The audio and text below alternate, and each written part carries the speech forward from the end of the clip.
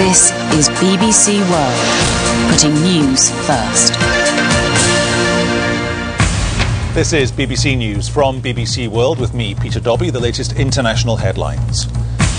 Syria's president warns that deployment of international troops along the Syrian-Lebanese border would be a hostile move. Not good enough, the view from Washington on Iran's offer to resolve the nuclear dispute.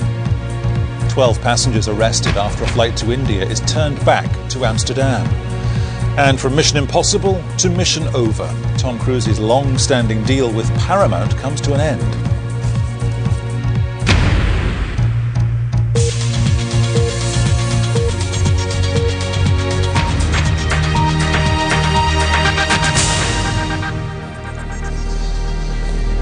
Fresh obstacles to the multinational peacekeeping force for southern Lebanon are emerging every day now, it seems. The latest comes from the Syrian President Bashar Assad. In an interview with Dubai television, he's voiced strong opposition to the deployment of United Nations peacekeepers along his country's border with Lebanon.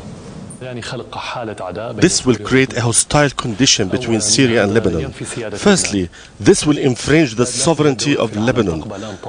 No country in the world accepts to have it at its border forces from other countries, unless there is a war, such as the case in Golan or South Lebanon. So firstly, this is an infringement to Lebanese sovereignty, and they in Lebanon talk about it all the time. So how come they hand over their sovereignty to another country? The second point is a stand of hostility against Syria. This will create problems between Syria and Lebanon. European Union ambassadors, meanwhile, have met senior military officials in Brussels to discuss troop contributions to the planned UN peacekeeping force.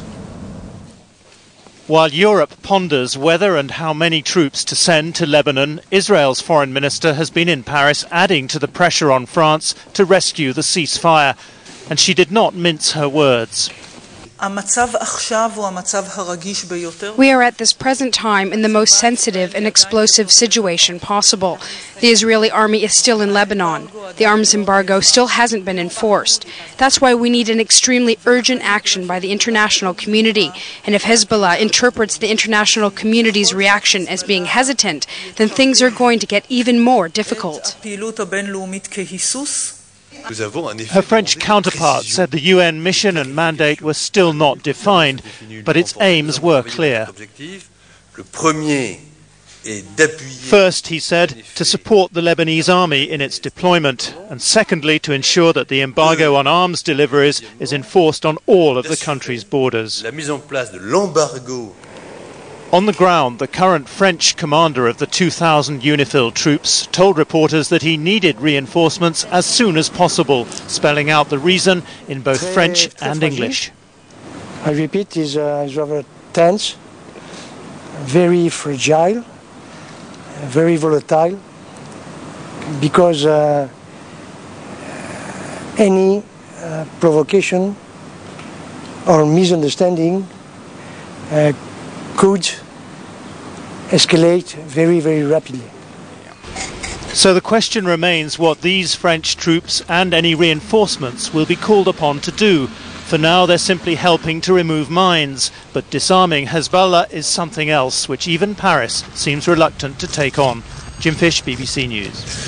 A senior Palestinian militant leader has been shot and seriously wounded by an Israeli army undercover unit. Witnesses said Hossam Jaradat, a leader of the Islamic Jihad militant group, was shot in the West Bank town of Jenin.